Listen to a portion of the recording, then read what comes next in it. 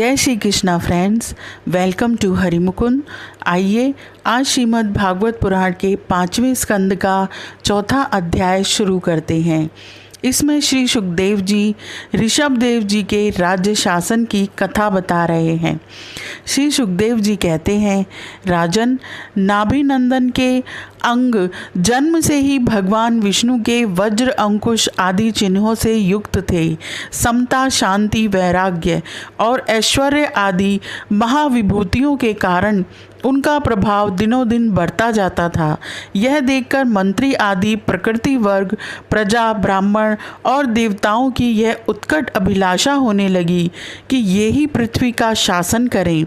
उनके सुंदर और सुडौल शरीर, विपुल कीर्ति, तेज, बल, ऐश्वर्य, यश, पराक्रम और शूरवीरता आदि गुणों के कारण महाराज नाभि ने उनका नाम ऋषभ रखा। एक बार भगवान इंद्र ने ईर्ष्यावश उनके राज्य में वर्षा नहीं की।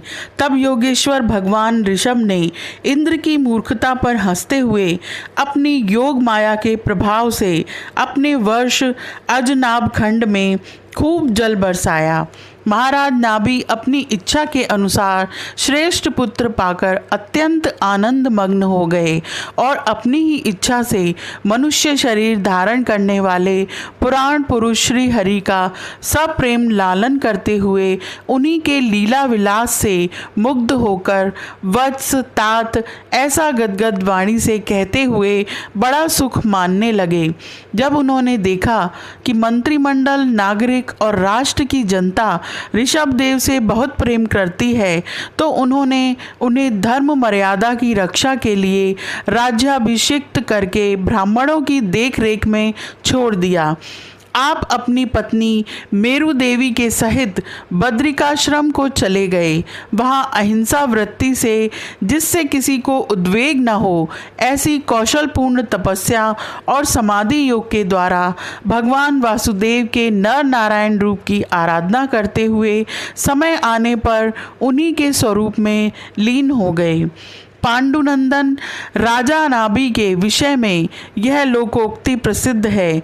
राजऋषि नाभि के उदार कर्मों का आचरण दूसरा कौन पुरुष कर सकता है, जिनके शुद्ध कर्मों से संतुष्ट होकर साक्षात श्री हरि उनके पुत्र हो गए थे। महाराज नाभि के समान ब्राह्मण भक्त भी कौन हो सकता है, जिनकी दक्षिणादि से संतुष्ट हुए ब्राह्मणों ने अपने मंत्र बल से उन्हें यज्ञशाला में साक्षात श्री विष्णु भगवान के दर्शन करा दिए। भगवान ऋषभ देव ने अपने देश अजानाभ खंड को कर्मभूमि मानकर लोक संग्रह के लिए कुछ काल गुरुकुल में वास किया। गुरुदेव को यथोचित दक्षिणा देकर गृहस्थ में प्रवेश करने के लिए उनकी आज्ञा ली। फिर लोगों को गृहस्थ धर्म की शिक्षा देने के लिए देवराज इंद्र की दी हुई उनकी कन्या जयंती से विवाह किया तथा श्रोत स्मार्त दोनों प्रकार के शास्त्रोपदिष्ट कर्मों का आचरण करते हुए उसके गर्भ से अपने ही समान गुण वाले 100 पुत्र उत्पन्न किए। इनमें महायोगी भरत जी सबसे बड़े और सबसे अधिक गुणवान थे। उन्हीं के नाम से लोग इस अजनाभ खंड को भारतवर्ष कहने लगे। उनसे छोटे कुशावर्त, इलावर्त, ब्रह्मावर्त, मलय, केतु, भद्रसेन, इंद्रस्प्रक, विदर्भ और कीकट, ये 9 राजकुमार शेष 90 भाइयों से बड़े एवं श्रेष्ठ थे। उनसे छोटे कवि, हरि, अंतरिक्ष, प्रबुद्ध, पिपलायन, अविर्होत्र, द्रुमिल, चमस और करभाजन, ये 9 राजकुमार भागवत धर्म का प्रचार करने वाले बड़े भगवत भक्त थे। भगवान की महिमा से महिमान्वित और परम शांति से पूर्ण इनका पवित्र चरित्र हम नारद वसुदेव संवाद के प्रसंग से आगे कहेंगे। इनसे छोटे जयंती के 81 पुत्र पिता की आज्ञा का पालन करने वाले, अति विनीत, महान वेदज्ञ और निरंतर यज्ञ करने वाले थे। वे पुण्य कर्मों का अनुष्ठान करने से शुद्ध होकर ब्राह्मण हो गए थे।